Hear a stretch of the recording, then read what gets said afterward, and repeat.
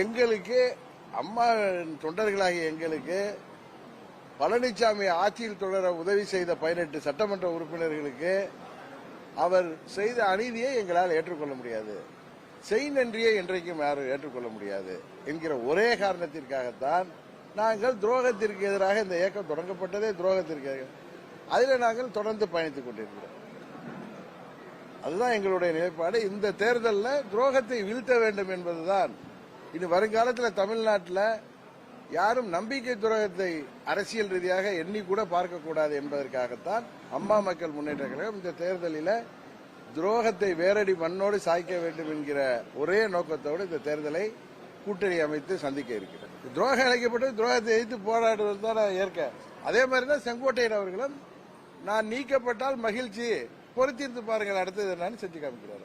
அப்ப அமமுகவுக்கு தலைமைக்கு எதிராக உங்கள் கட்சியில் இருக்கக்கூடிய 2ஆம் கட்ட தலைவர்கள் பொது வழியில் இது மாதிரி பேசினால் அமமுக நடவடிக்கை எடுக்குமா அல்லது அவர்களுக்கு உறுதுணையாக இருக்குமா? பொதுவெளியில என்ன கட்சிக்கு எதிராக என்ன பேசினாரு செங்கோட்டையன்?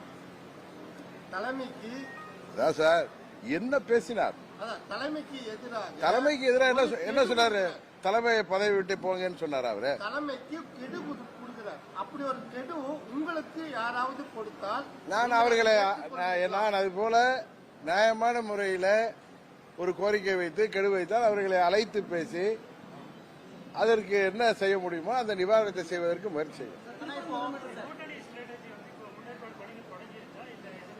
நான் தான் பல முறை சொல்றேன், கிளிப்பிள்ள மாதிரி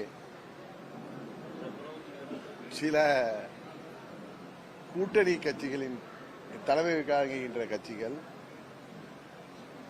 நாங்கள் அவர்கள் கூட்டணிக்கு வர வேண்டும் என்று எங்களை அணுகி எங்களோடு பேசிக் கொண்டிருக்கிறார்கள். இன்னும் காலம் இருக்கிறது. உறுதியாக முறியடித்து துரோகத்தை வீழ்த்துவதற்கு எது சரியான கூட்டணியோ அந்த கூட்டணிக்கு நான் செல்ல வாய்ப்பு இருக்கிறது.